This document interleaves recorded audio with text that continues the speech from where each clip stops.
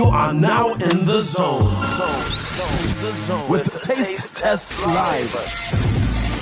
Hosted by Damien, Lamar, and Blue Franswa. ¿Son listo? Estoy listo. Okay. I'm ready. Hey guys, what's jazzin'? Welcome to Taste Test Live. My name is Damien Lamar, and I host the new music program Taste Test on WJCT 89.9 FM in Jacksonville, and it's streaming worldwide on WJCT.org. Taste Test is a weekly 1 hour long music show, and it airs on Sunday nights at 10 p.m. Eastern and Tuesday nights at 11 p.m. Eastern. And I'm joining, as always, with my co-host, my friend, Blue Franswa, extraordinaire, photographer, and a bunch of other things. How are you, Blue? I'm well. I'm good.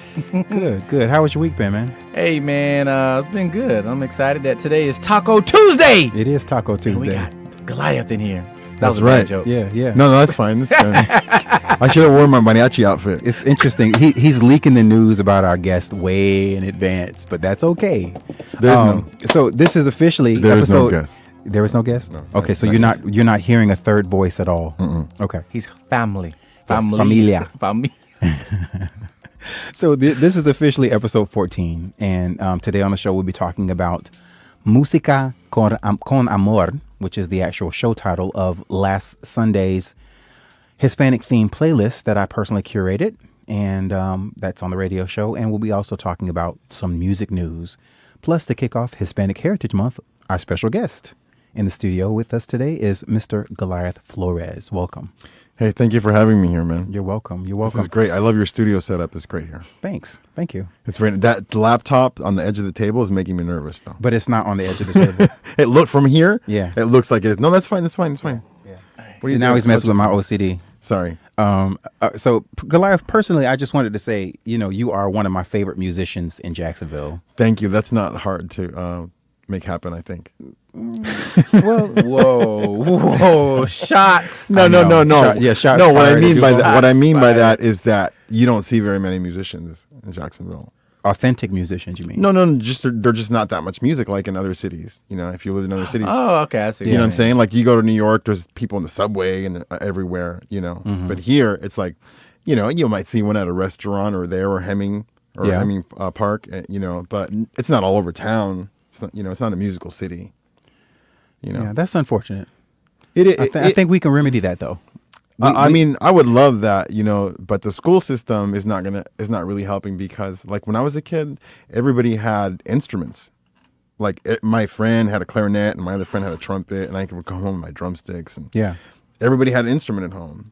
But that's not a priority right now. So we got to get back to that. Maybe we can strategize or something like, after the podcast. Yeah. Oh yeah. Yeah. So we'll have like a post wrap up. Yeah. But a little bit about Goliath. Goliath is a singer-songwriter. He's also a recording artist, a film composer, a classically trained flamenco, specializing in Latin. You're a pretty eclectic musician. And what's a mariachi? Mariachi? Yeah. It's I'll tell you, being on the East Coast is like, it's kind of like an alien thing. But once you get to like the middle of Texas, and then you keep going west, everybody knows what mariachi is. But over here, it's just, the country is so big, you know what I mean? Yeah. That it's just like, it gets lost. And like, for example, when I lived in Los Angeles, nobody ever thought about the South in Los Angeles unless you were watching a movie like Mississippi Burning or something like that. Right. And you don't have a very good image of it. Right, exactly. So it's all these historical movies. But mariachi is, over here, I have to explain it a lot anyway, what I'm saying. But mariachi is a Mexican traditional music, that is native to Mexico. Okay. It's a conglomeration of many cultures, the mariachi music. But there's no other place that it's coming from. There's no other place that emanates from other than Mexico. Love it. I love it. Yeah. Okay. So, I'm really glad you're here and can't wait to talk more with you. And we'll come back to that. But Blue, can you take a quick moment and tell our first time listeners what they should be expecting in this next hour? As always, Taste Test Live is a weekly conversation podcast featuring all things in music, including news, in-depth discussions, and our show. Within our show, we may feature a special guest every now and then, and bring you nothing but exclusive every now and then as well. Yeah, exclusive. So the exclusive this week, of course, is our good friend Goliath Flores. Yeah. And I see a guitar in the corner. Is he gonna play it? I don't know. Does your guitar speak or have a name? No, I don't name my instruments. You don't. Oh, that's no. interesting. Why? I don't know. They're just objects to me. Wow. And you just beat them. Yeah, Or I don't. You know strum what? them. I don't have a strong attachment to things like that. Oh, good. Wow, Like, I you like know. that. Yeah. Yeah, the only thing that I have a strong attachment to is my, for some reason, my ASR 10, my Ensoniq keyboard. I just Okay. can't seem to throw it away Huh. because for some reason, just me laboring on that thing so long, I just don't know how to. And then plus the fact that it's a piece of technology, so it has all these inner workings and Yeah. keys. I'm gonna throw all of that away. You know, all these yeah. people worked on it Heavy. in Japan and in the United States and wherever, and I worked on it, and I'm just gonna throw it with that piece of technology away. Interesting. Heavy. You know, and I have all these discs for it. I have all How these long? How floppy old is disks. this thing? How old is it? Man, it's old, man. Yeah. It's old. I don't even know really, but it's like An archaic piece of electronic equipment that you can't let go of. it's like 20 years old. Yeah, it's a keyboard, and it was a big time in its day for a long time actually. Wow. Yeah. Interesting. See, and I thought I had my little special quirks and my little special things. I don't have like a specific instrument, but I do have an iPad 2 that I was at a band rehearsal once, and we were rehearsing in a garage. So garage band rehearsal, right? Mm-hmm. And somebody bumped into me, and my iPad went flying, and the corner of it like landed and it cracked, and I was like, I was so sad because I'm usually really great with electronics. I don't break phones unless I'm just having a bad year or something like that. Yeah. But that happened. So I have a thing for my iPad 2. It's not even iPad 2 Air. I mean, they have like an iPad 5 or 6 or something now, right? We have the 4th, 5th generation now. Yeah, I stopped counting after a while. Yeah, but yes. you know, I talk to it, and I like yell at it because it's like not fast enough anymore. Yeah. and it blinks out when it wants to, and I'm like, you were good at one time, and you just got old. And I think Apple jinxed you because every once in a while Apple makes you like upgrade the operating system, and with that you can upgrade it to a certain number, and after that you're on your own. So I'm like, I guess are you like exposed to the elements now? Do you have a virus? Do you have like some Trojan horses or malware running around in you that I don't know about? Right. You know, and I talk to my iPad like that. Yeah, probably if it's running slow. If it's, well, I think it's running slow because it's just old. I mean that too. And you know, back then when I first bought it, it was super fast. Yeah. So, you know, how old is that thing? Yeah, the iPad is probably about 6 or 7 years old years now. old, yeah. Yeah. So I may because I have a big phone. You know, this iPhone 7 Plus is larger. I don't know why I'm talking about technology with you. That's fine. You like technology? Yeah, I like it in certain categories, Okay. like in my life. Okay. So But- do you consider music technology? Do I consider music itself yeah. technology? No. You don't consider music technology? No. Not in any way that I understand the word. You know what I mean? Okay. All right. You know, not what I relate the word to. Music to me is emotion. Primarily. That's what it is. It's like words can convey emotion, and so can paintings and a lot of things. Touch can convey emotion, but music is all emotion. Yeah. Like that's all that it is. It's like, and who's to say which emotion it is? Right. That's true. Yeah. It's up to know? it was very, very like art. It's Yeah, abstract. but I mean, more it's or interpretive. less, Subjective. more or Yeah. less, if you write a sad song, it's gonna sound sad to everybody. More or less, right? You're not gonna write some super sad song and then somebody else is gonna be like, "Oh, that song makes me happy," you know, and Right, you're not gonna hear a song like "Happy," Right. and somebody's gonna be like, "Man, that song makes me so sad. Like that's so sad sounding," you know? Yeah, It's like, yeah. I mean, it can make you sad because your ex used to play it all the time, and you know what I mean. But Yeah. that's but different. it's emitting an emotion, like you said. Yeah. That's beautiful. I always like to hear the different definitions of music. Blue, like to you, what is music? The definition of music to you? You know what? It's something you can't describe music. It's just It's just there. The French would call it je ne sais quoi. It's Je ne sais quoi. the thing that you Effervescent. effervescent. You can't touch it. It's not tangible. You can't really call it a thing. It just is. Yeah. Yeah, interesting. Music is just a great thing. You know, something else I find really interesting about music, it's kind of scary to me too, is that only humans make music. Okay. And it's like, and nothing else in the animal kingdom makes a beat on purpose and they don't know why. Right. But they always know why. The bird knows why it's singing, more or less. Yeah. Even if it doesn't, the greater Mother Nature knows why, right? Mm-hmm. But the thing is, music only exists on Earth, right? Or if you get out of the atmosphere, right, there's no more sound waves. Mm-hmm. So there's no more music. How weird is that? So music is indigenous to this planet. Yeah, it makes me never want to leave the planet. Yeah, I know. I feel like that too. Like, but you know, if they put me on a plane or like some kind of spaceship, and they said you have to live here, you know what I'm going to be doing? I'm going to be rubbing together like the soil or the dirt of wherever I am. I'm going to find something. I'll be like making rocks, and I'm like, On Mars. Music from Mars. yeah. I mean, right. Yeah, You could record the first album from Mars. dude. I'll have to talk to you about something later because I found out last night Elon Musk is actually going to be sending, along with this group called I think it's called Dear Moon or Destination Moon or something to that effect. I saw something about that. But they're going to be sending artists, philanthropists, architects, like teachers, a bunch of creative individuals are going to be having this opportunity to, by 2023, to go to the moon and create. Yeah. So I'm like, I want to go. I want to be one of the people they choose to go. You're brave in a way that I am not, Yeah. because I would not go. You wouldn't go because I have you kids, don't want to you know. leave the earth because music only exists here. You Yeah, don't- that, and just like it's just not my thing. I could totally see it if somebody would be into going to the moon. I totally get it. Yeah. You know, but for me, I'm like, nah, I wouldn't do that, man. It's just because I'm gonna put my faith in. I don't know. That's a very dangerous trip. I think. Yeah. Risky. It's risky, right? Mm-hmm. You like It is gambling? risky. You like to gamble? Do I like to gamble? No. I'm not a big risk taker in general. Yeah.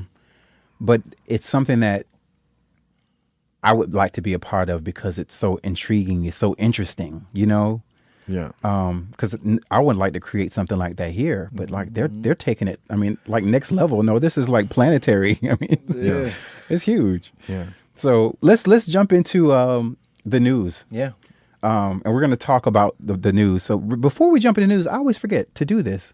On Sunday's show, I had the privilege of talking about music con amor. So it was my idea and my wish to specifically focus on the music centered around the Latino Hispanic culture, and that ranges from Portuguese to Spain to Mexico to Costa Rica. I mean, or South Central and South America.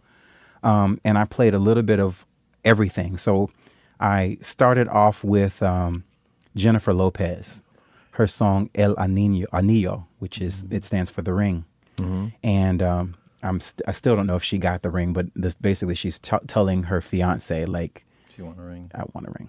You know, Beyonce's like, you know, all the single ladies put a ring on it. That was her single ladies ring song. You know, it's a really, really great song, and it opened the show up. Yeah. Went into moving to a new single by an artist by the name of Major. You can find him on at Now It's Major. His song was called Love Me Olé, featuring Chris Casanova. Does he have a Spanish background? Is he? You know, I don't know. I was looking at him. He has. Yeah, it's questionable. I don't know. look that up. I feel like I should look that up. Maybe you can look that up while I'm going through this list, and we'll come back to it. But Major, Love Me Olé, and then I had the chance to play one of my favorite Portuguese bands by the name of Zeep. They had two projects, and I played both of one song from each of their projects. The first project is called Schrift. The album is called Lost in a Moment. Highly recommend you listen to that. It's about 12 years old now. I think it came out in 2006. But that particular album, when it came out, defined an era for me. Like I still listen to that album from start to finish. It's called Shrift, Lost in a Moment. It's great. Zeep was their second album, and the artists are Nina Miranda and Chris Frank. Okay. And they've been making music for years, and they've decided to call this particular project Zeep. Not sure what it means, Zeep. And the song was Agua, and it's about water. We need water to live, to drink, to bathe, to clean. Agua. It's such a great song. And then after that, I played Betsada Machado y Paranda El Clavo, which they are a band, an Afro-Venezuelan band. The name of the song is La Situación. And The situation. And it's about what's actually going on politically in Venezuela right now. And the cool thing about Betsada Machado is I had the privilege of meeting her and all of her band members in my office at Hemming Park. We use it as a green room. So they were changing there. They got a chance to hang out with them, have a couple of drinks with them. And they had an outdoor concert. And they didn't want to be on the stage. They wanted to be on the ground with the people. It was real intimate at eye level on the ground, all live music. And it was 2 days before Irma paid Jacksonville a visit. Huh. Oh, wow. So, we were kind of concerned that, we would have a rained out concert. But, leading up to a hurricane, the weather's kind of it's like the calm before the storm. And it really was. It was a nice outdoor event. We had some food trucks out there. They performed live music, and they performed this song, and it was my favorite song, and it just made me think about that moment. So after I played Betsada Machado, I then played my favorite song by Mark Anthony, and that's called Aguanile. I like Mark Anthony. Yeah, it's a good song too. It's great.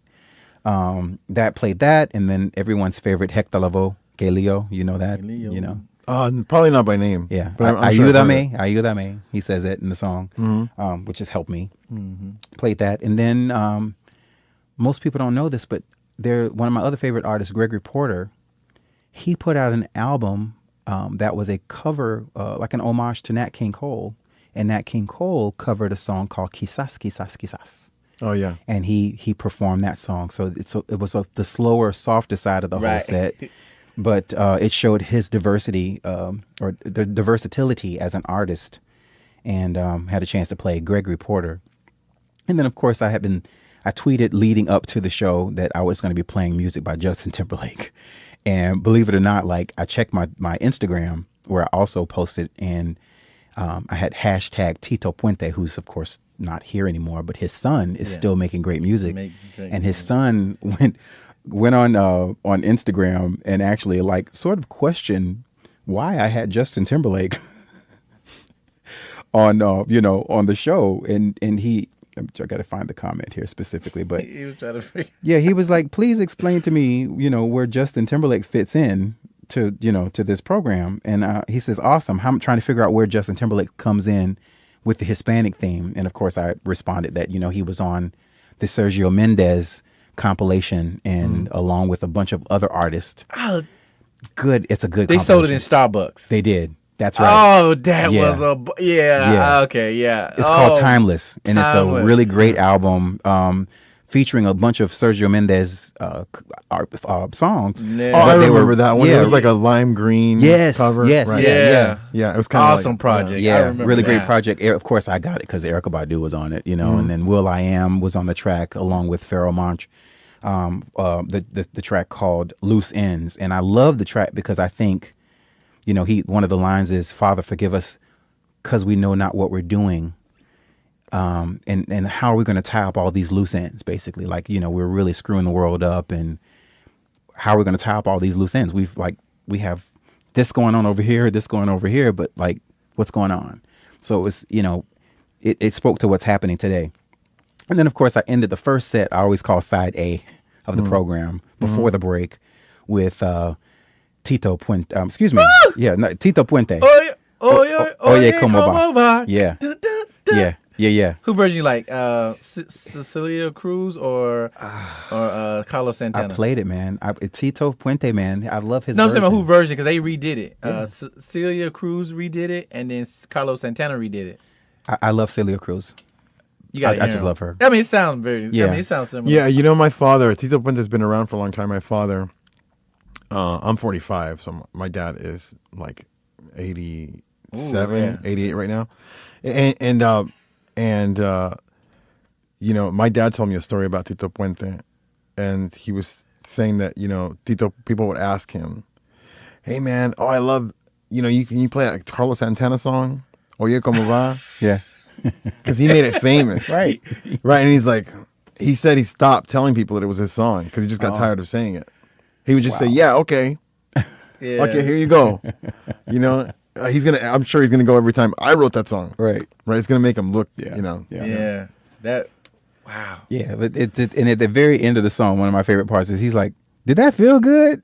You know, just love it because I'm like, "Yes, it felt great." Oh yeah, yeah. So then we came back at side A and then played "The Girl from Ipanema," which is a Stan Getz song featuring Wow Gilberto, and that's such a good song. sorry. And it's so cool that I got a chance to play that song.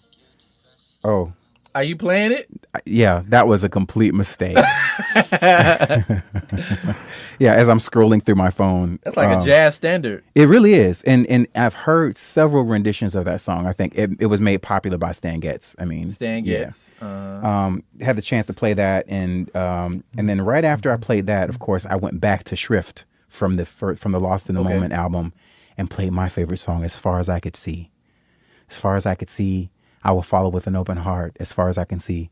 So as far as I could see, I will follow with my mind. As far as I could see, I will follow with an open heart. Just a really good song. And it's like you can hear the fact and almost kind of question the fact that Nina Miranda and Chris Frank had a relationship because they've made music so much. You know, you know, is this their relationship with music or what? Yeah. And then I played Buena Vista Social Club, Chan Chan, which is a very common track. I also played De Todo Un Poco, which is from the Dirty Dancing soundtrack. Yeah, I remember that. Yeah, a little of this, you know. I can't think of it. Yeah, Michael Lyons, his version, which is the best version ever, the one from the Dirty Dancing soundtrack. There's a bunch of other covers out there, and if you made the cover and you're hearing this podcast, did you play the original one, or you played the one from the Dirty Dancing? I played the one from the Dirty Dancing. Okay, that's the one. Okay. Yeah. So cool story about that song is exactly 2 years ago this week, I had the privilege of performing with First Coast Dancing with the Stars. They're another, it's a program that's put on by the Beaches Fine Arts Association. Mm-hmm. And every year they do this big fundraiser for the Beaches Fine Arts series so they can continue to bring this awesome music programming and free concerts to people in the Jax Beaches area. And I'm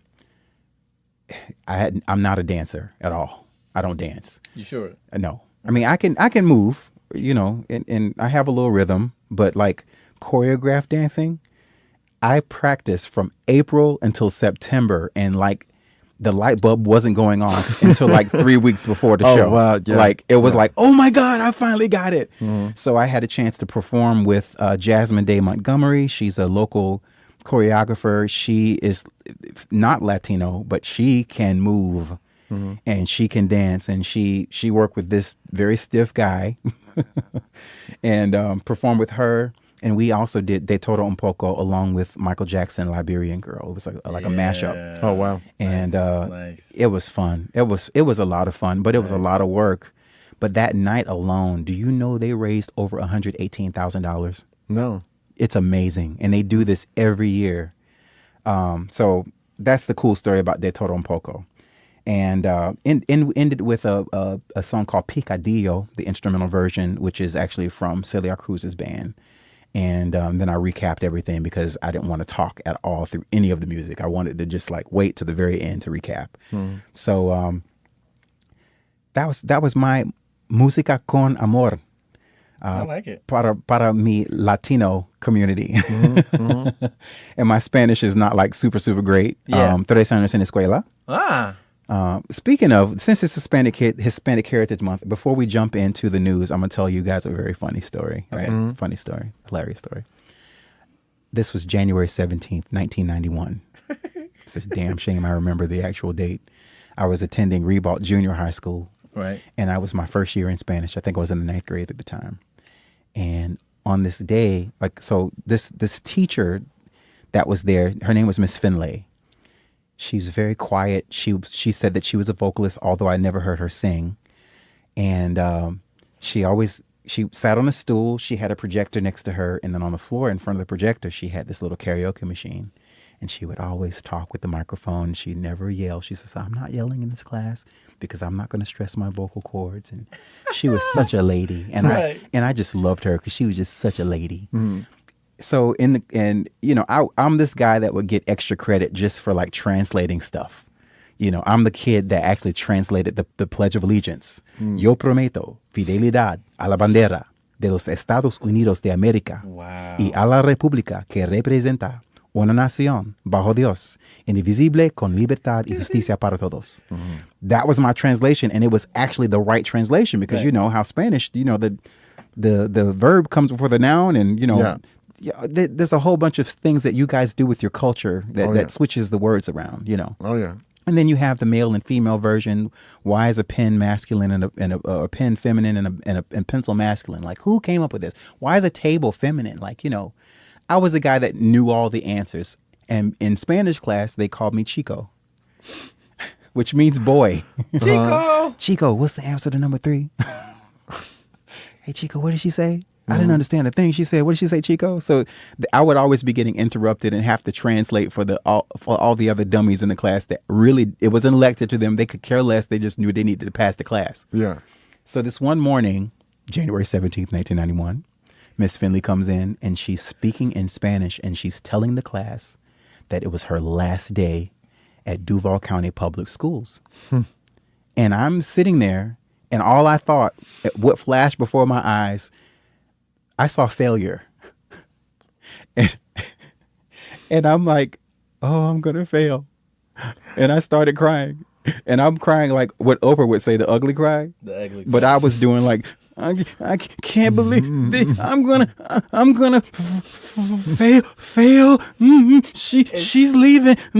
And I'm crying. And I'm doing this. And I just, and they're like, Chico, what's wrong? What is she saying, bro? What's going on? And I'm trying to like process the fact that my teacher's literally saying that this is her last day and I don't have a chance to say goodbye. And we got like 15 minutes left before the next period. So I'm like freaking out, right?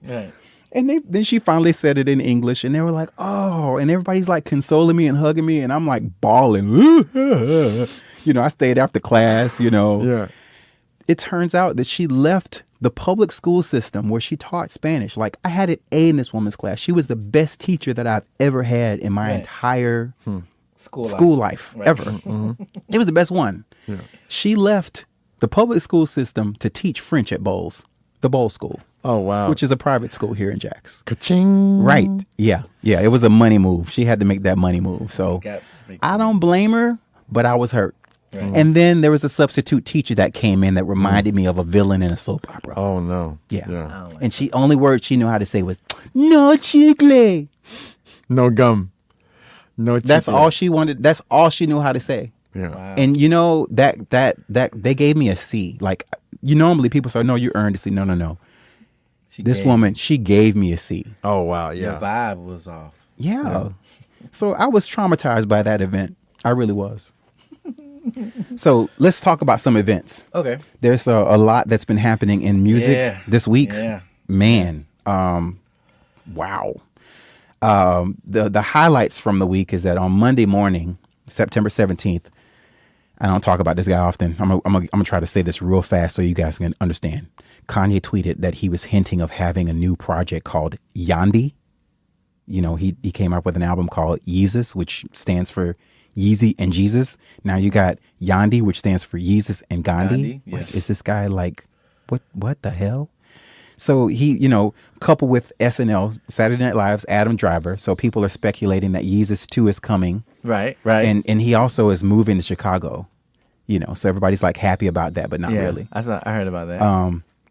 So anyway, that's the news about Kanye. I don't think, Goliath, you don't know anything about why it's not that I dislike Kanye. I just think that Kanye is suffering from a mental illness and he's putting it in his music. and he's activating a bunch of people who are also mentally ill. But he's talented. No doubt he is. He's like he's the- talented. You know, I haven't listened to a lot of Kanye's music, Good for you. and I saw a video one time of like he was being shot out like Evil Knievel or something like that. Mm-hmm. And then I listened to some other songs, and it just didn't hit. It just didn't hit home No, with me. You know, it and just doesn't resonate. yeah, I just didn't. It didn't resonate. I didn't see anything in it like that. I was like, oh yeah, this is. Jesus Walks. Wait. Jesus Walks. No, that's not. What's the one where he was doing? He was the Evil Knievel. That's the one. That's one of the That's the videos one. that I saw. Oh, Jesus Walks. Yeah, that's one of the videos that I Yeah. saw. You didn't like that? No, I not that I can remember. No, you know, I can't. When I like something, I know it right away. remember it. Right now, but I got to tell you, my musical taste. I am like incredibly finicky, and I don't even know what my musical taste is. It doesn't matter what genre the song is. It doesn't matter. I just like it or I don't like it. You know, like when you walk past a painting, Yeah, you either stop or you go, keep walking. You go, whoa, Yeah, right? yeah, Or you keep walking. yeah. Right. That's how it is. That's how it is with music. And I can tell you, I like paintings like that. Like I like music like that. I like about, I'd say an average of 3 to 5 songs a year Interesting. like that. Maybe Wow. not even that some years.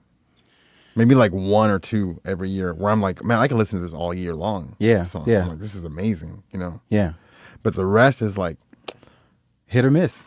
It's hit or miss. Right? especially the way that music is being made today Mm. because of the need to put the product out and Right. put it out continually. So people are just squeezing. You take a folk song and people will just squeeze the words into an area where they don't belong there. Wow. Right. You know what I'm saying? Yeah. And they'll be, oh, we'll just leave it like that. Yeah, Instead of sitting down and working it out, let's find a better word, you know, that kind of thing. Because that takes a lot of time. It takes Yeah. a lot of time and a lot of energy. You know? Wow.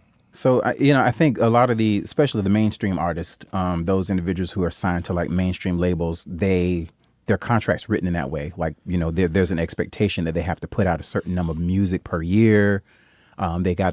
The touring may be something different, but in reference to putting out the music, they have to put it out regardless of whether they want to or not. Right, And it's right. like it's almost like you're referring it to a painting, and it's interesting that you do because I view music that way. But since I have synesthesia, which is I see colors and when I hear Okay. sounds. Yeah.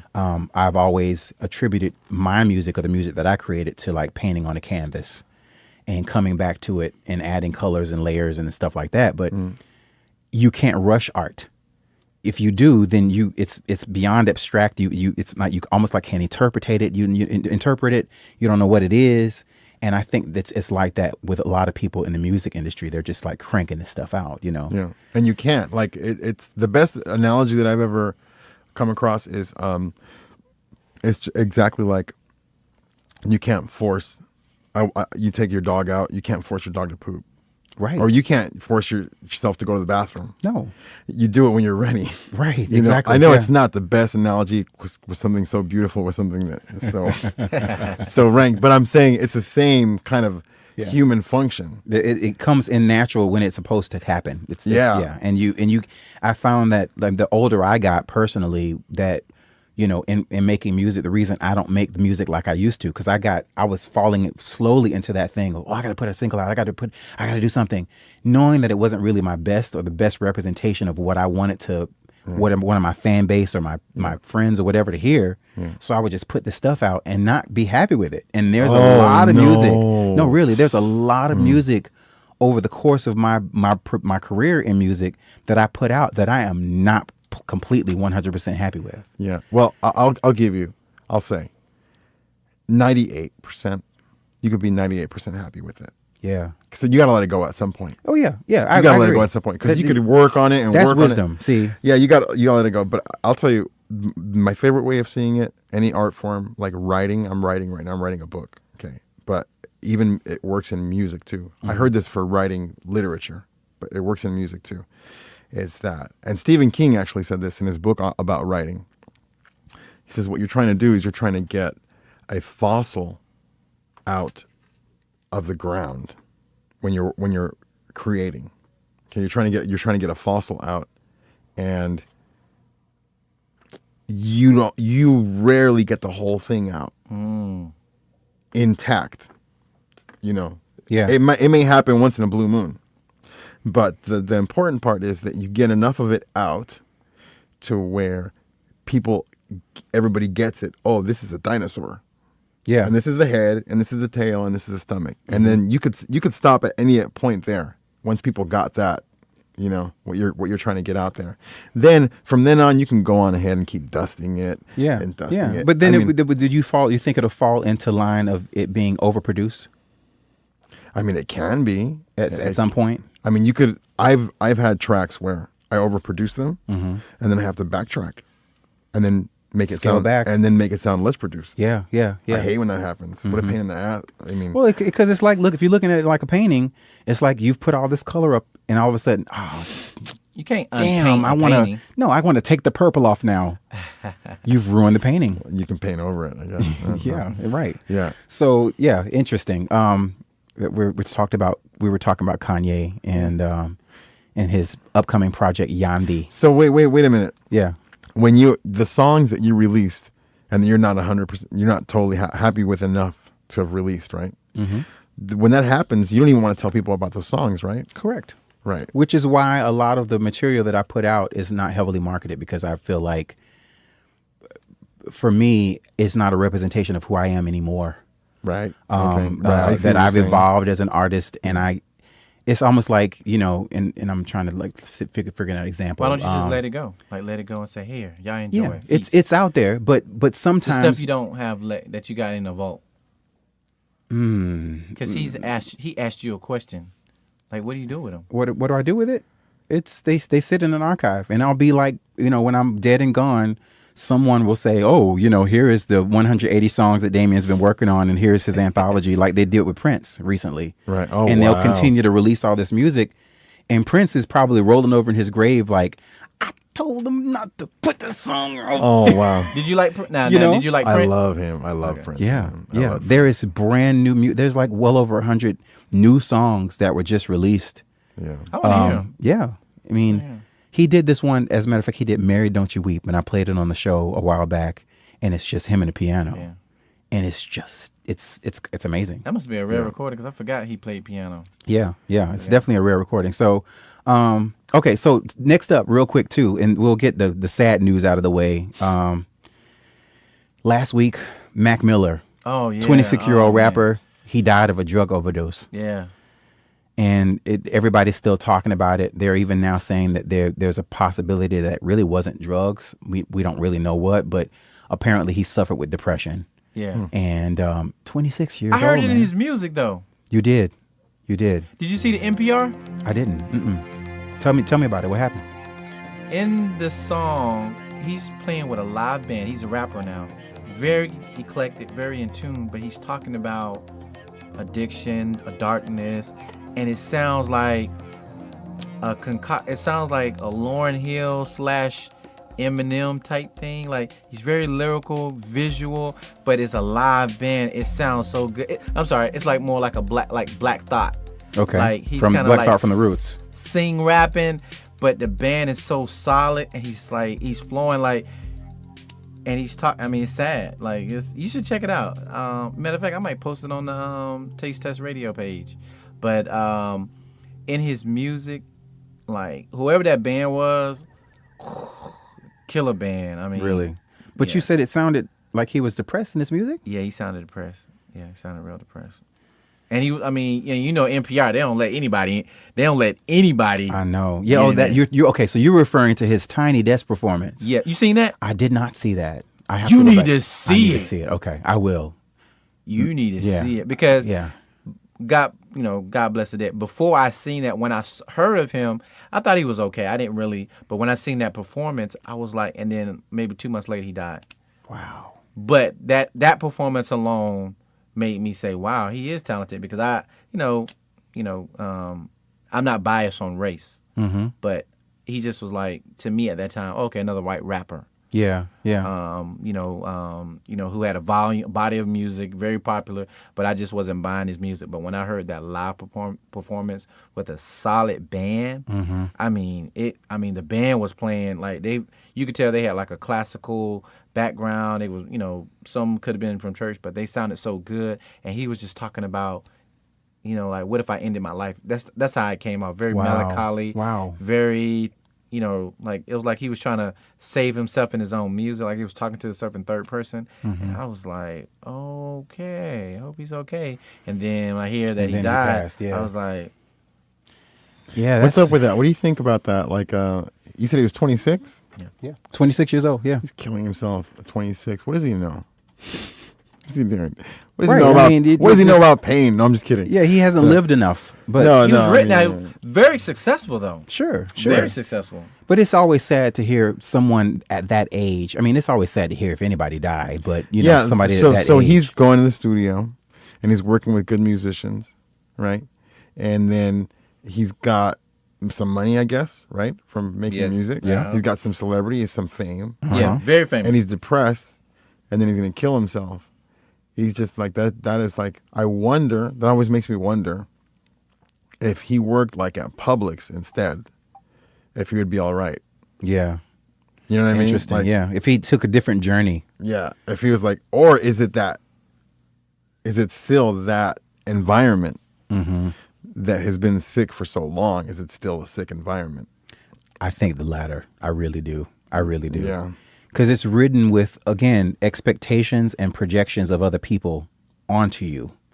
Right. As an artist, and you're an artist, I consider you.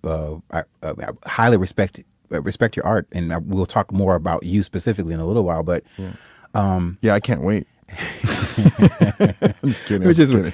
as an artist, I feel like the whole, and I wrote a blog a while ago. I had the privilege of working with this local dance company called Cooper Morgan Dance Theater, and part of my magnum opus, this soundtrack that I have been working on for like the last 5 years, they took the majority of the soundtrack and they actually choreographed music to it, and they danced. It's like 59-minute soundtrack, but they did 45 minutes of the 59 minutes, and it was amazing. But during that process, I realized as an artist, you have to allow people to create and have their own interpretation in their own time and in their own way, or else you could either squelch the creative process or just like stop it completely, or you can disrupt the flow. So it'll be like it's hard. Like, why is this really hard? Because this person's coming and saying, yeah, I know your sound. I appreciate your artistry, but you got to go back, and that hook was weak. Even though you feel like this hook is great, and all my friends say the hook is great, and I've loved this song, and then all of a sudden the suits or the big guys that's dropping the money behind the project, like, that's just not what we're looking for in our label. Oh man. And that's why I say the industry could be sick, because you have individuals who are trying to, with a whole capitalism and this commercialism of music, that is really trying to tell or dictate what a sound should sound like, or what an artist should do with their masterpiece. And that could be counterproductive to an artist. That can cause an artist to suffer depression, like Mac Miller. I'm not sure if that was the situation with him or not, but Do you know that very, very recently a scientific study was done on the diversity of sound in music for the past 60 years, I think it was. And they found that the canvas, the palette for music has been shrinking and shrinking and shrinking. And one of the reasons, like in the 80s that it happened, was that the synthesizer came out. So then every band was using the same sounds. Yeah. There was one thing. But now, I can't tell the difference. When I hear a section of it, I can't tell the difference between Despacito and Enrique Iglesias. right. I'm like, is it the same song? It's It's like, yeah. And that's what's going on. Or the reggaeton, or the bachata, Bachata, yeah. There's no defining sound anymore. Yeah, you mean the defining sound? There's no, the diversity is gone, because before, people used to do things, you might record your vocals into a headphone because you don't have a microphone, and that's what you work with. Yeah. That kind of thing is gone, right? Everybody's got the same mic. Everybody's got the same Everybody- yeah, Pro so- Tools. Everybody's got the same reverb unit on their Pro Tools or the Ableton or whatever they use. It's Right. going to be one of like 8. Wow. And so in my next projects, I'm going the other direction. Yeah. Analog. Well, I'm just gonna go.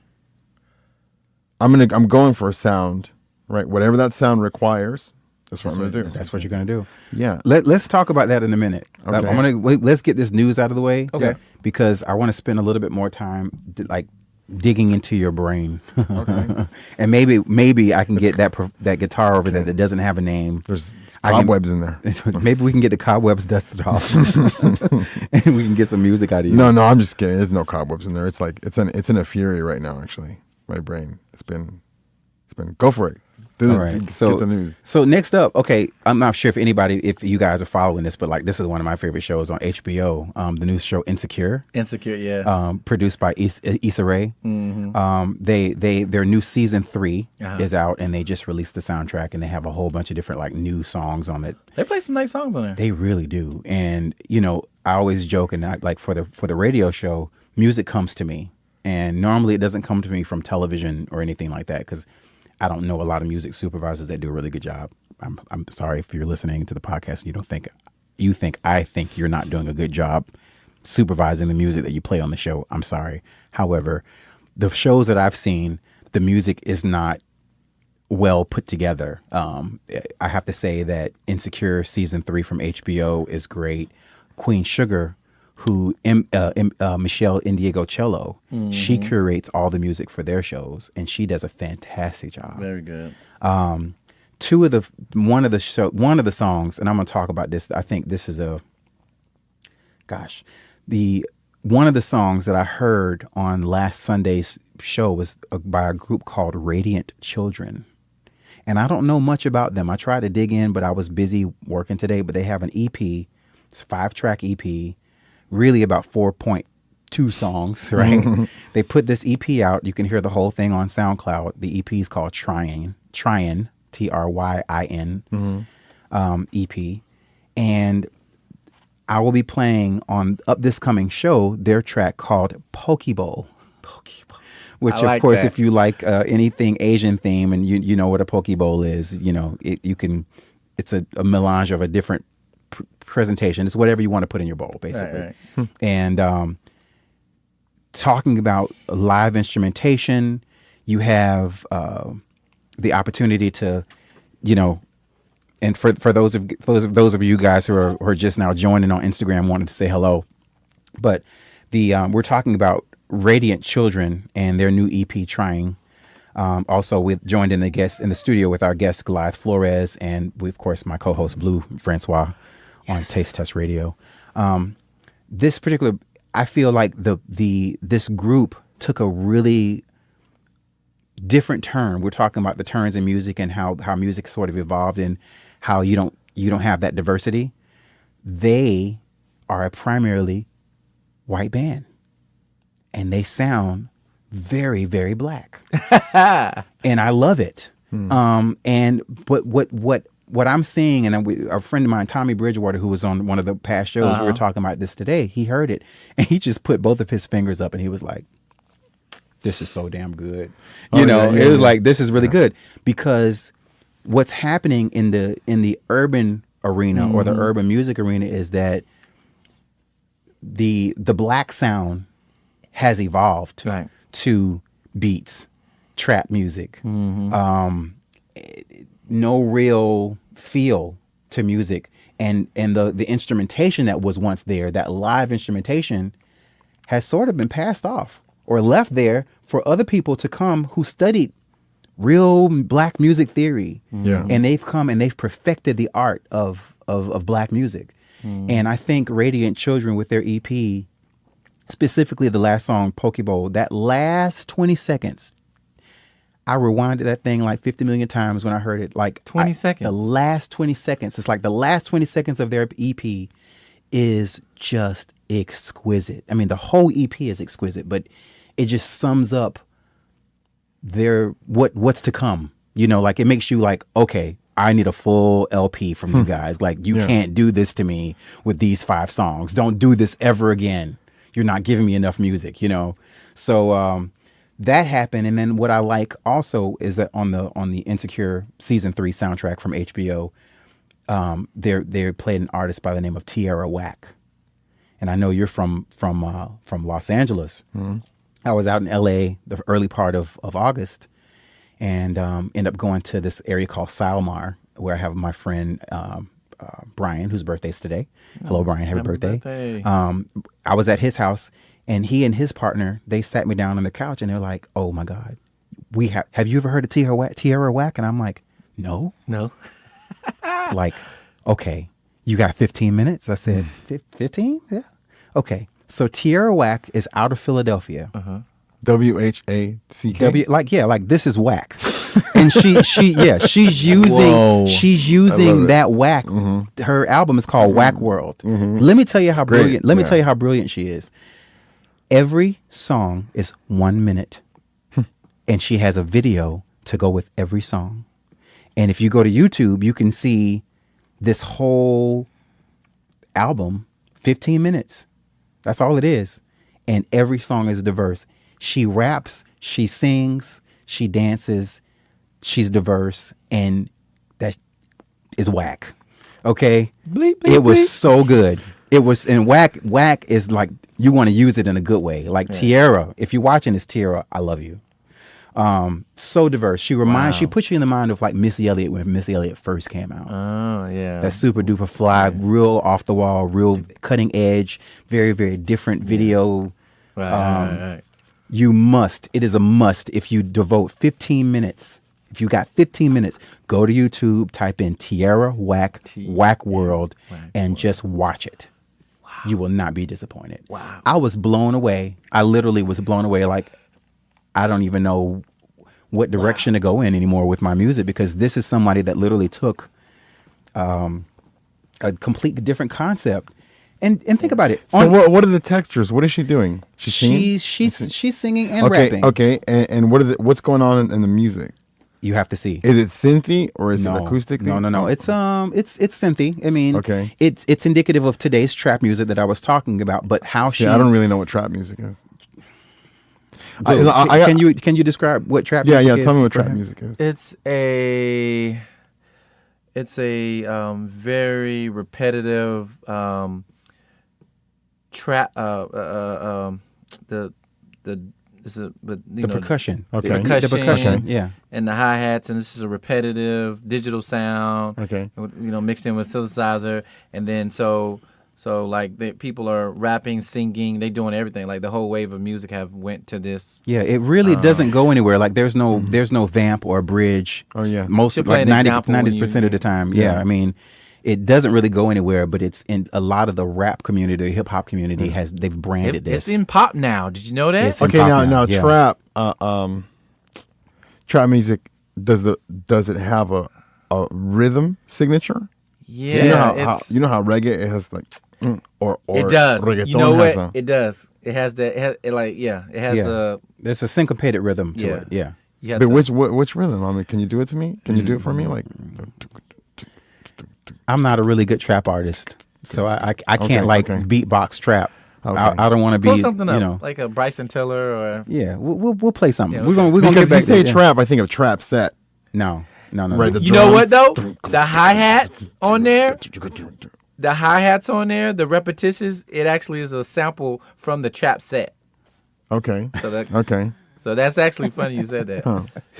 Yeah. So so Tierra Whack. Tierra Whack. Yeah.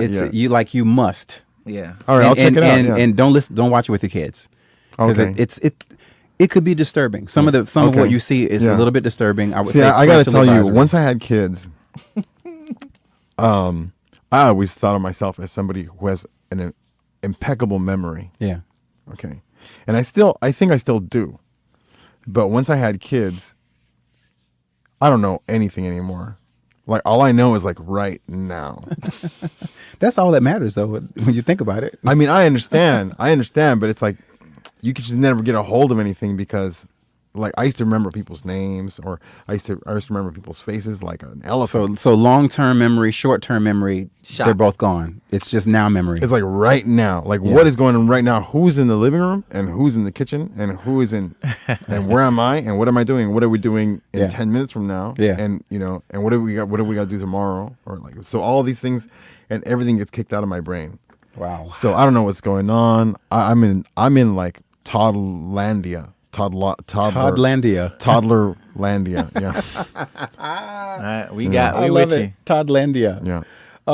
Wow. This is good. Okay, so listen. The last point. Okay, so definitely listen to Radiant Children. Got to listen to Radiant Children. Listen to their EP, and then also listen to Tierra Whack. Whack World. Whack World. One of the other things that happened in the news this week is Lauryn Hill decided that she was going to remove Santiago and Nas from her concert tour. Wow. So Were they got in an argument or what? well, Long story. Tell me the TLDR, as people say. the rundown. Oh, so I'm going to quote this information that I got from Complex.com. These problems come just 1 month after Robert Glasper, who's a well-known pianist, he claimed that Lauryn Hill stole music during the makings of her first album, which is The Miseducation of Lauryn Hill, and failed to credit a lot of musicians in the past. And he told a Houston radio show, quote unquote, she likes to take credit so she can become the superhero person or the super person. If you're a super person and you're that talented, do it. Prince. Yeah. So, and he continued on to say in this interview, that was actually, sort of like a room like this, all these guys sitting around, and Robert Glasper was dropping this information. He's like, I can understand if you're such a perfectionist, but like, you only put one record out in 20 years, where's your music? And everybody else in the industry is like, okay, Lauryn, she went to Medium maybe 2 weeks after the blitz had happened to try to defend herself. And she wrote this long blog, and everyone was sharing the blog, and they're like, but where's the music? If you have this discography of music, then where's the music? So, she was getting raving reviews. Everybody knows that she's been late to a lot of her concerts. She shows up late to the point where people have been waiting for 2 hours. Yeah. And then she comes out and she does a 45-minute set, and then people want their money back. And how does that happen? It happens a lot. It does happen. Yeah, it happens a lot. And with her, she was trying to explain why that happens is because she's trying to create a moment. She's trying to at that moment, she wants to go with the flow and the energy, and if she's not feeling it, then that's what she gives. Something, I'm sort of paraphrasing her. But Santiago, who was on the tour that got removed from the tour, she actually went to Twitter, and I think she was a little salty about it personally. So she said, "I'm sorry you paid us to see." She says, "I'm sorry you paid to see us, and we're not there." These are to her fans on Twitter.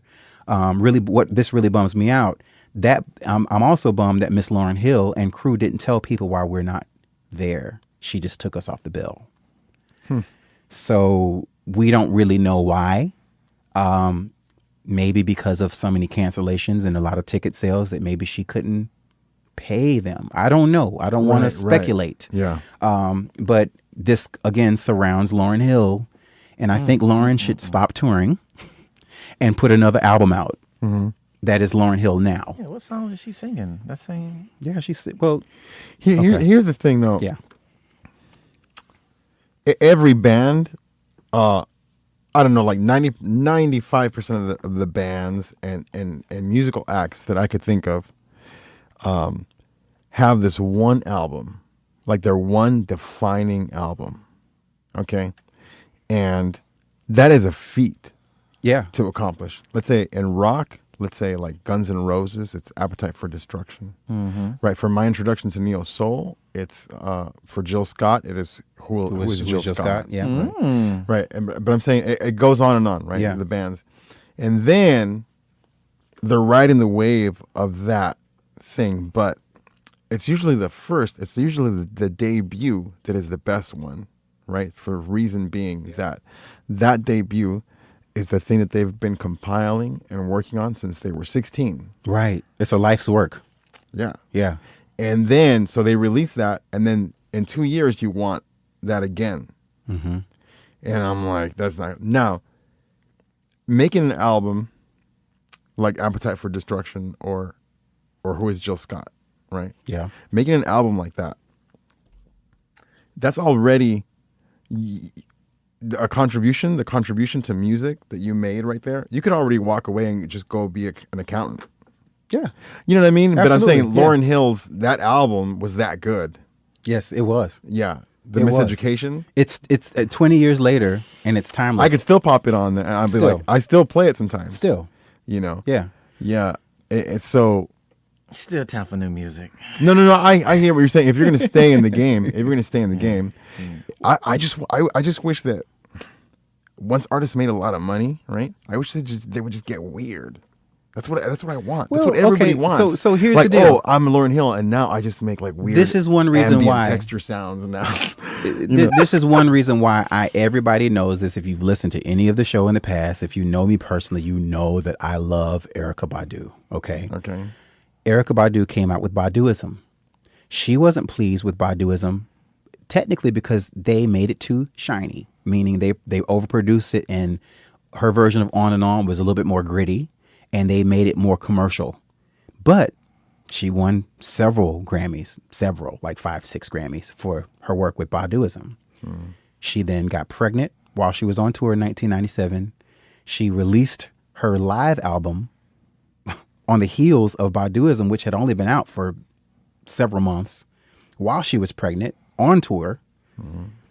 Had the success of that and Tyrone, which was a happenstance because she's just happened to be in London and was playing around with her band, and then all of a sudden they start making this music, and she's like, okay, call Tyrone. And that's how Tyrone came to be. I love it. That's great. Yeah. She had her baby, Yeah. lived her life. 2 years later, in 2000, when everything shifted, because Jill Scott had dropped an album, and Jill Scott was like, on the rise. The Roots were on the rise. All these great musicians came. Then Erykah came with Mama's Gun and continued with the level of success from her debut record. But it was a complete deviation from it. It was more jazz. It was more... That's probably why. More experimental. Yeah. And she began to continue to experiment through, all of her albums. And then she got really, really weird with New America Part 1 and 2. And everybody's like, what's going on? She's like, I've been trying to tell y'all what's going on with the world, but all y'all stuck on is Tyrone. And if you listen to New Miracle Part 1 and 2, you kind of see what's happening in the world today. Yeah. It's a type and a shadow. But her journey is that she continued to redefine herself. She continued to rebrand herself. Whereas Lauryn Hill had that level of success, and she was that, but she didn't continue. She may have done a single here or there. She was part of a compilation or something like that, but she really never continued to refine herself. And much to her chagrin, she still is eating off of that 20-year-old album. She still is. Well, so why do you think that is? Does she have a drug problem or something? I don't know. Substance abuse? No? I can't really speak on that. I know that she had tons of kids. Oh, okay. No. I mean, don't think look. people want to work with her. But if you have kids, it's a whole life chance. It's a life No, I don't change. think Especially when you have 8. But I'm saying, making music. I can tell you this as a person with kids who have kids who did not have kids making music and now have kids.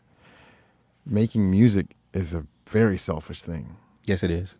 It's a very selfish act. Mm-hmm. It's very solitary. It's very, Anyway, but I didn't mean to interrupt. No. you. I was saying that she alienated maybe fans, and she also alienated musicians that contributed to making her music great, where she didn't give credit. And so now she's in a world where she has to and she's not the best guitarist. She can play. Yeah. She's not the best guitarist. And so I think that when people hear her, and this is what I'm assuming, they probably like, hey, well, since you Lauryn Hill, it's going to be $400 an hour, you can come use the studio. Of course. Right. Just because she's Lauryn $400 Hill. an hour. Oh, okay, well, hey, I want to call in a producer. All right, $1,500 a track. Right.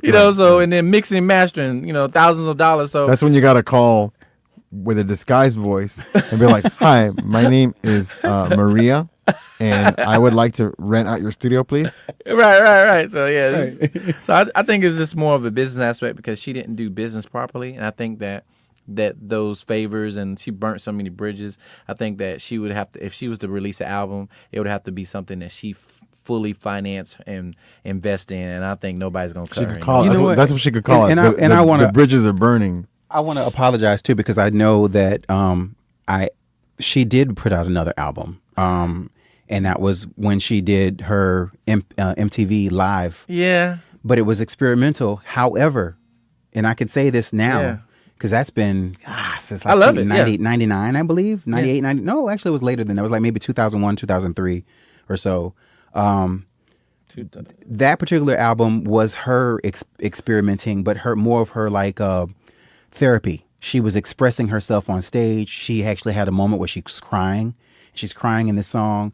But if you listen to a lot of the lyrics now, you're like, man, she was kind of like prophesying the future.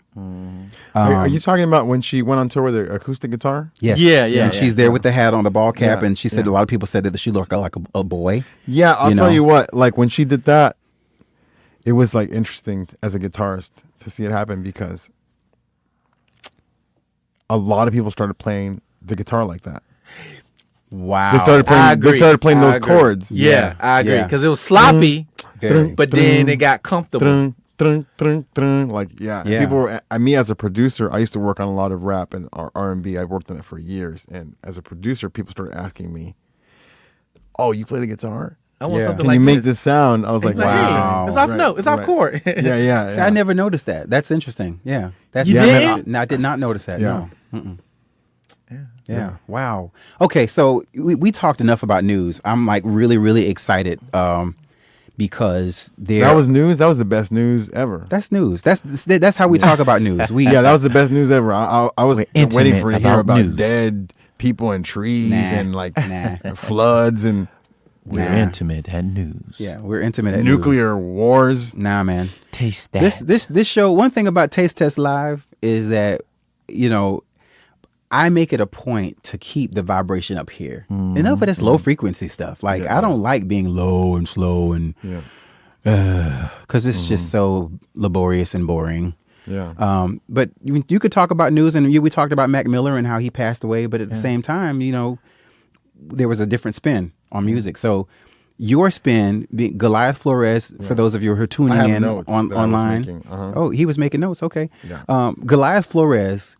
I've had the privilege of seeing Goliath perform in my time of going out, and I saw you at several Mediterranean restaurants, which is interesting. Ocean 60. Right. I seen him there. And something that stood out to me about Goliath that I liked because I never really. If you're like in Dallas or New York, you don't know where these places are, but let me just tell you, they're pretty cool. Yeah, cool, pretty cool spots that Goliath plays. The cool thing about Goliath is that he has this uncanny ability to make the sound of a horn with his mouth. And I thought I was the only person that did that. You really? Yeah. Oh. And like can you like give us a little sample? Like one time somebody told me that there's what's this guy's name? There's a guy who plays the guitar and he sings a song that goes upside down. Da da da da da da da. I can't think of his name, but anyhow, Cooper something. Not Jim Cooper. Anyway, somebody said, "Hey man, you make the sound of the trumpet like this guy," and I go, "I never even heard of that guy." So you make a sound of a trumpet like an actual Marcus Cooper? No, something else. I can't remember his name, but it's like a little hip. It's like for kids, like the song almost like. It's like a acoustic guitar, real like in the background kind of music. But anyway, this guy said that to me, and the thing is, this guy was famous. This guy's famous, and I'm like, his mouth trumpet sucks. So he actually did a mouth trumpet as well. It's horrible. It's like, and then people are like raving about it. I'm like, I get you. Somebody was comparing him. I felt like it made me feel weird. I don't know why. So back up. So you call it a mouth trumpet? Yeah, mouth trumpet. Okay. So give us an example. Sing a song and add it. One of your originals. I mean, you want me to get the guitar? I do that Do really it. quick. Yes. Okay. Yeah. But Long I'm time. saying, you want me to play a song? Yeah. You want me to play a whole song? I'll just do you a little section. Yeah. This will be great. I can just do a little section. We're gonna take a quick break, and while Goliath sets up his guitar, and then we'll come right back. Don't go anywhere. You want to hear some live music?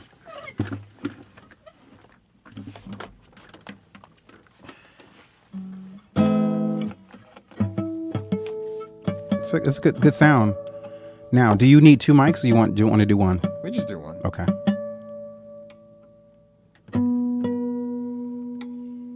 And Two Spirited Jane comments on Instagram, and she said she thinks you're talking about Jack Johnson. Yeah. That's Jack it. Johnson. Jack Johnson. Thank you so much.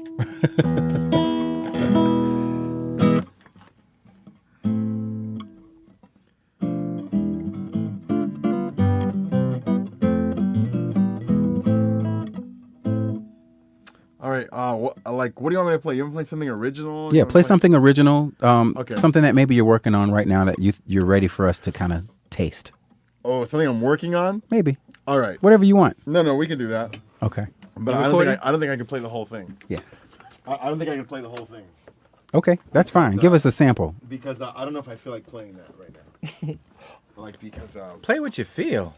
no. If I played what I feel, you would all get depressed. Oh, okay, good. Never mind. I'm I'm not just saying going to answer any questions. there's things going on that I feel fine right now. Okay. I feel fine right now. But if I told you what happened this morning, you would be like, how could you feel fine? Right? But the thing is, I'm all right now. All right. So are we recording right now? Yeah. Okay. All right. This song.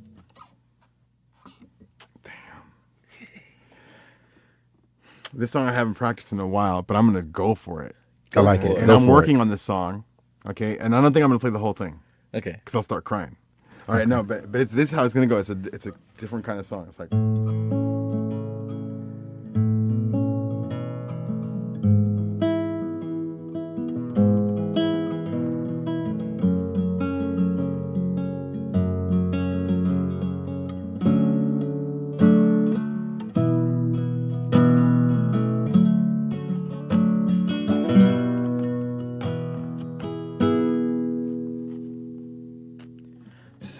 Someone said love conquers all, and I want to know when, 'cause people never stop to think about the things they say,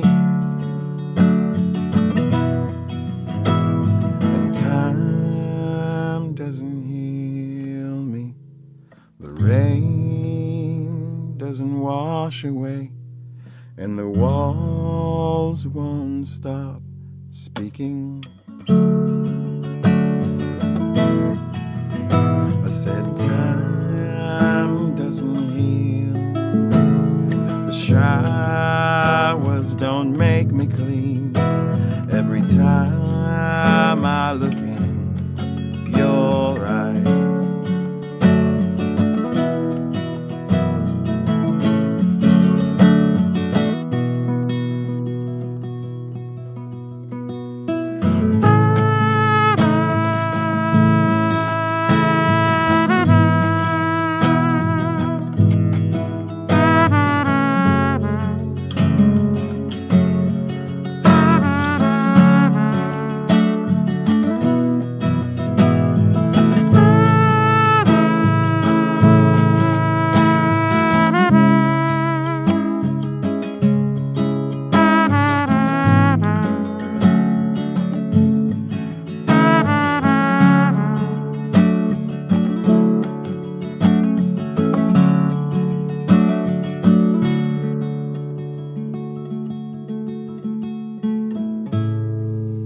there's half the song right there. Wow.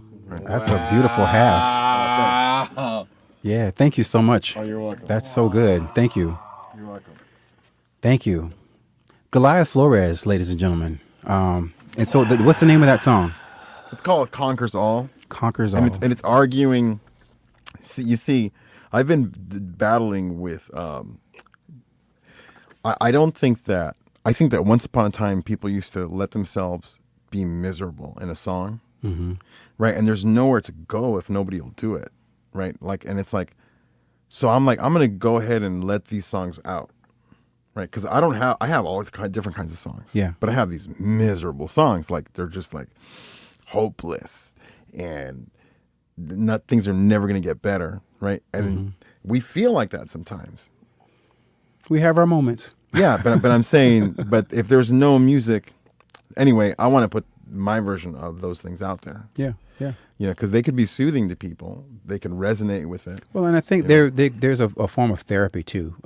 Yeah. And you know, music does. There is definitely someone who is out there who heard that and can identify with the lyrics and the emotion that you're talking about earlier. Well, I felt like that. Yeah. When I wrote that, right? I felt like that, and the song itself, it says it in it. It's questioning. You know, someone said love conquers all. Yeah. But I want to know when, because this it's not going away. You know what I'm saying? And that's how it feels. Yeah. It's gonna go away. We all know that. But at the moment, or it's going to change at least. Yeah, you just don't feel like it is at that moment. You don't. And this is like when maybe how people like the 26-year-old you were talking about earlier commit suicide. Yeah. You know, and that would be sad if anybody did that to my song. Hopefully it'll cause them to do the opposite. Yeah. It'll cause them to reach out. So can you tell me really quickly, that was so beautiful. It's a beautiful song because I mean, it sounds great. Oh, thanks. It's a really good sound. Yeah. And I missed a couple of chords, but like I told you, I haven't practiced it in a while. I couldn't tell. We could not. I can't play that song for fun. Gotcha. You see what I'm saying? Yeah. It's like, and another thing is that what if you make a song? This is what I think, right? I'm over this already though, but this is what I was afraid of. I'm over this fear. But what if I make a song and it's a sad song and that's my song that gets famous and people want me to play that song over and over again? Right. I mean, it's gonna make me real sad. That's what I mean. Yeah. Yeah. I'm just gonna be like, hey, you know what? Yep. Just listen to the recording because I'm not playing that song. You know? So going back to what you were asking Yeah. me, Blue, earlier, why I haven't put a lot of this stuff out, because I'm just not there.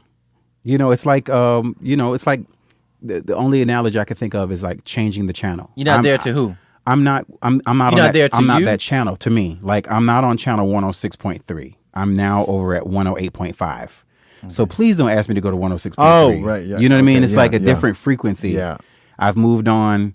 And people that listen to 106.3, this is not real proverbial radio stations, but at that particular frequency, people that are there, they're there for a reason For that.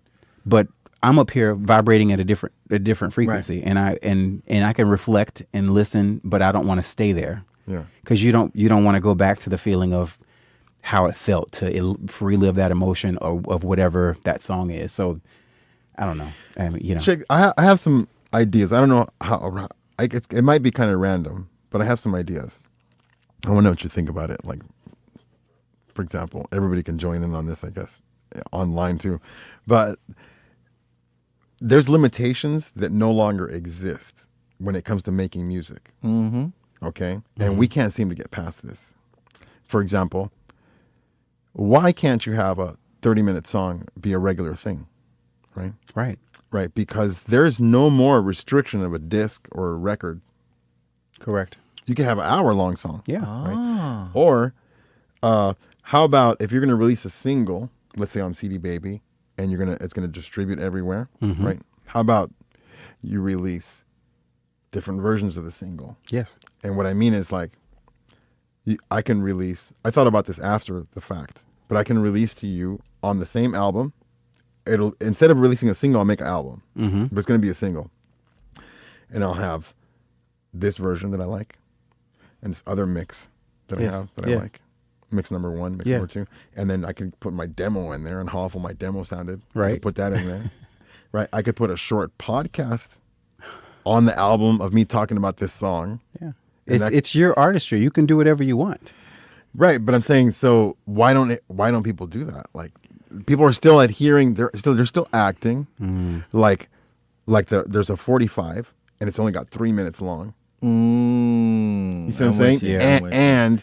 And like, you better make it count because these CDs are being pressed and they cost money. When Right. that is not the case. Exactly. It doesn't cost anything. You just upload it and then people can download and it. it's out whatever they there. want, right? I love it. It's a brilliant concept. I love No, that. Yeah. but the thing is, even we talk to other musicians, other people in the industry, they're still acting like there's a 45 disc, Right. And the single has to be 3 minutes long. Yep. And that's not the case. It's a level of programming. I think Yeah. you know it's okay. I think the person that does that should come out and lead the helm and say like Tierra Whack.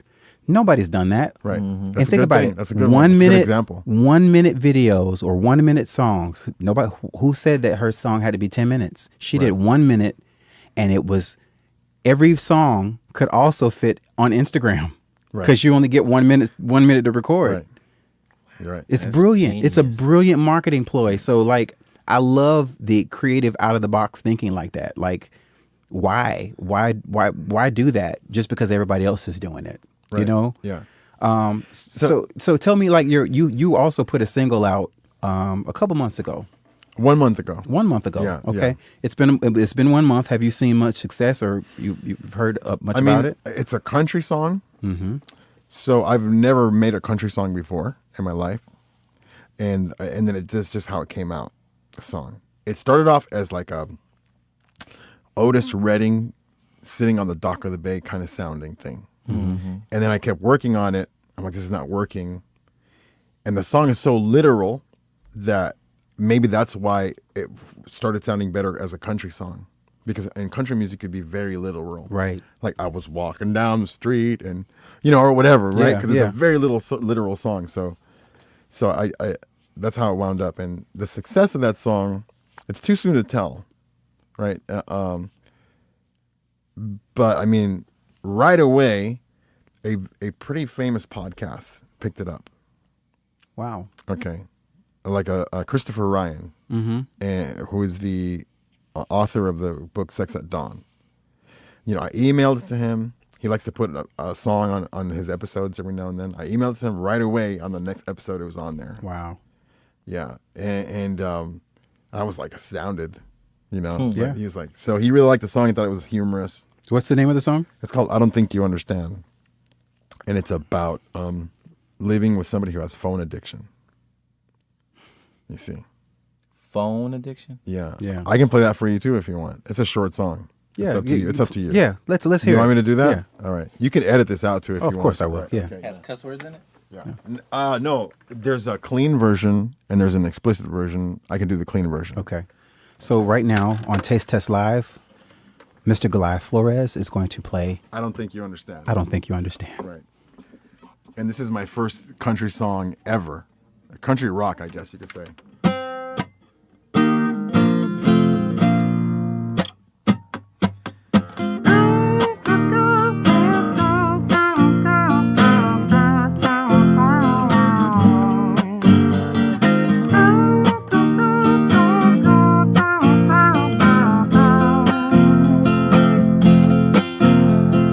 I remember you used to talk to me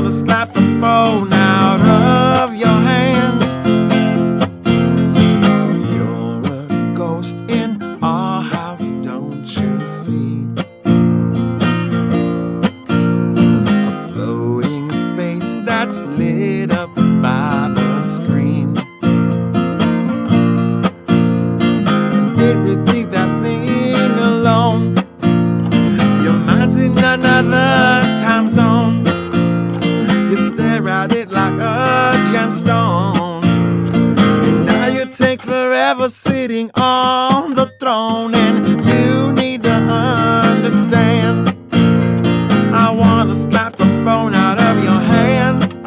I said you need to understand. I wanna slap the phone out of your hand. I said you don't even understand. I wanna slap the phone out of your hand. I said you need to understand. I wanna slap the phone out of your hand. I don't think you understand.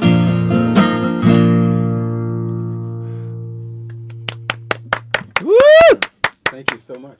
You're welcome. Thank you very much. That's a short. That's a shorter version because there's a guitar solo in there. What am I gonna do during the guitar solo? I'm just gonna be like, I'm going to answer a question for Yeah. Spirited Jane. To Spirited Jane earlier, she asked on the other song if you'd be open to ever having someone actually play a real trumpet. She said it would be beautiful. Yeah. I've done it before live. Okay. Yeah. Because I'll tell you something that's interesting about doing the mouth trumpet is that when it comes to a recording, it doesn't matter that I'm doing the mouth trumpet. Right. You can't see what I'm doing. It doesn't matter. It may as well be a trumpet. Yep. If it's live, people will be like, "Oh wow, he's going,"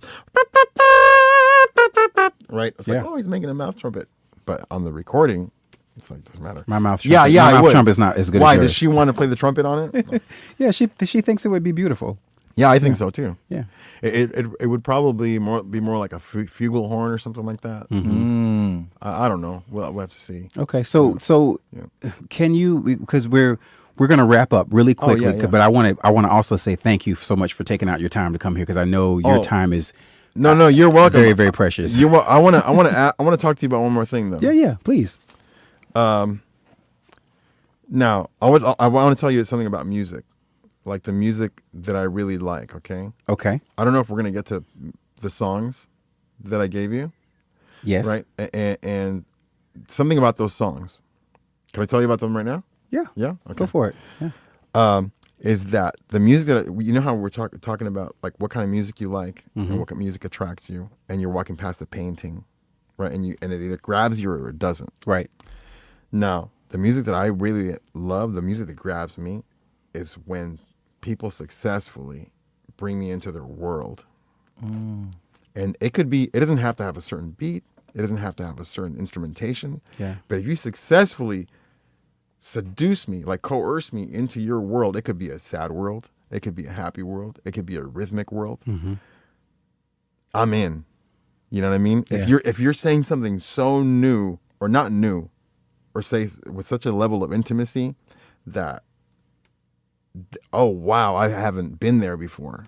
This is your world. This is how you see things. You know what I'm saying? That's what I really love about music, and the music that I gave you. That's what. So the first track. So set up the first song you're gonna play. What's the name of the song? The MP3s. Well, it's called "De cara a la pared," which means for my face to the wall. Okay. Yeah, and it's by Laza de Sela. And why do you like the song so much? Because of that. Because when I first heard that song, when Borders Bookstores was open on Southside Boulevard, and I had the headphones on because the guy ripped open the CD. I used to love that ritual. Yeah, me Could I too. just tell you? I sit there with my coffee. It's like standing there with my coffee.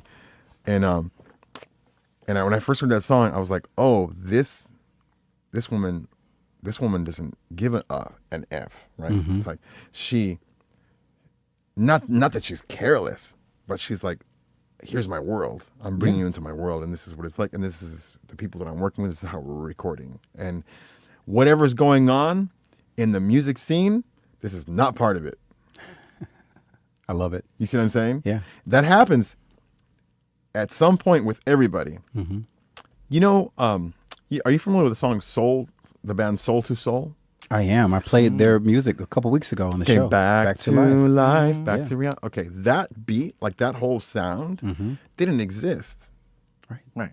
before that beat, and then everybody was making that beat. Yep. Then right, but you got to think about it. That person brought somebody Into their world. into their studio, into their world, right? Yeah. Everything had that. I got sick of that beat. I got so sick of that Yeah. beat afterwards. But anyway, that's an example, right? Yeah. Like, Jimi Hendrix did that with his instrument, brought the people into the world. Van Halen did that with his instrument, brought people into the world. It's a whole new sound. How are you doing that with a guitar like that? Why are you doing that with a Right. guitar like that? You know, nobody's Right. done that with a guitar like that. Everybody just strums. Right. You're going. Yeah. You know? Yeah. It's like, So Brian O'Malley comments, and he's on Instagram. We're actually on Instagram Live today. Oh, okay. And he said that the Mills Brothers actually did that, and that many thought it was a real horn section in their music. Back to the horn again. oh yeah. Yeah. So I think based on the individuals that are interacting with us on Instagram today, everybody loves your mouth trumpet. Oh, good, because they saw it. Yeah. But if they wouldn't have seen it, then They would think it's a trumpet. well, they just wouldn't care. They wouldn't too care. much. Of it. It would be no big deal. It'd be nothing to mention. But it's a gift, because so back to the first time that I had the privilege of seeing you perform, I'm at dinner, and I didn't know who you were, and I was at that moment I was being one of these people that go to, you go out and there just happens to be a live person performing, and he's sitting on the stool and he's there, and is that guy, his mouth? I mean, like right then I had so much respect for you as an Oh, wow, artist, because thanks. no one does that here. Yeah. I don't know anybody that actually does that. Yeah. So it's a gift. Watch. I want you to see what I could do with my hand and my armpit. You ready? All right, here we go. Okay. No, actually, no, I'm kidding. I'm sorry. Turn my mic down. I'm sorry. I'm gonna be looking like I thought you were gonna actually really No, do no, it. I'm just kidding, I'm just I'm kidding. waiting on the edge of my I'm seat. like- I want to show you what I can do with my butt cheeks. No, watch this thing I can do. Watch this thing. Okay, that's awesome. That's awesome. So I'm gonna so if you really want to hear the song, tune in on Sunday at 10 p.m. on WJCT 89.9 FM in Jacksonville. If you're away and you have your mobile device, you can go to the WJCT app, or you can also search WJCT.org and listen at 10 o'clock on Sunday, where you can hear this wonderful song that our good friend Goliath talked about. So I appreciate you taking out so much time and sharing so much. Can you give everybody where you are? Like, okay, I know personally that you're not on Facebook, Yeah, I'm not.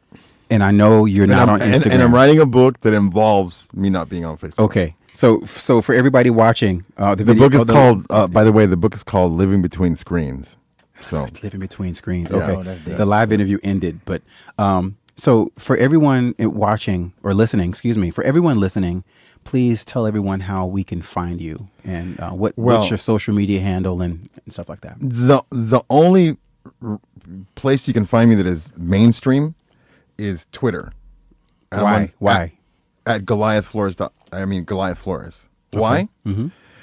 Because it's the least easy to get tangled into Twitter for me, because it's concise, and it's not personal, right? If you go in there posting about like what you ate, nobody cares on Twitter. It's not Instagram. You know what I mean? Uh-huh. I mean, it's hard to get anybody to care about anything, so it seems, on Twitter. Right. Right. But that's not how Twitter works. If somebody's following you, they're seeing what you're posting. Yeah. Like, they're following you already. Right. Right. Twitter's not about, what am I, Twitter? I have to stalk in Twitter or something. But Twitter's not about it's not about the individual. It's more about a collective. But anyhow, that's the main reason I'm on Twitter is because it's not sticky. It's not sticky. You I can you can't look get at it and into I'm like, oh, okay, just let it go. in and out. Yeah. Okay. And people can still get a hold of me, and I can still post shows. Mm-hmm. But the only problem is that a lot of people are not on there. True.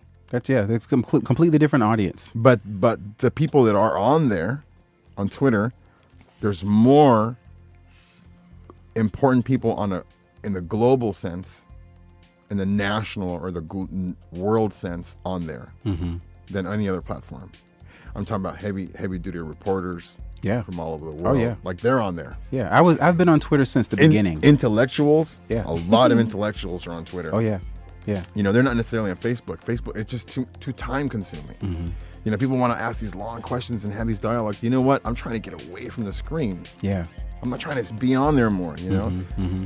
And that I think a lot of people are grappling with that right now. Yeah, I agree. You know? I have to agree. Mm-hmm. So that at Goliath Flores on Goliath Twitter. Flores, my website, goliathflores.com, my email, goliath11@gmail.com, you know. Awesome. Yeah.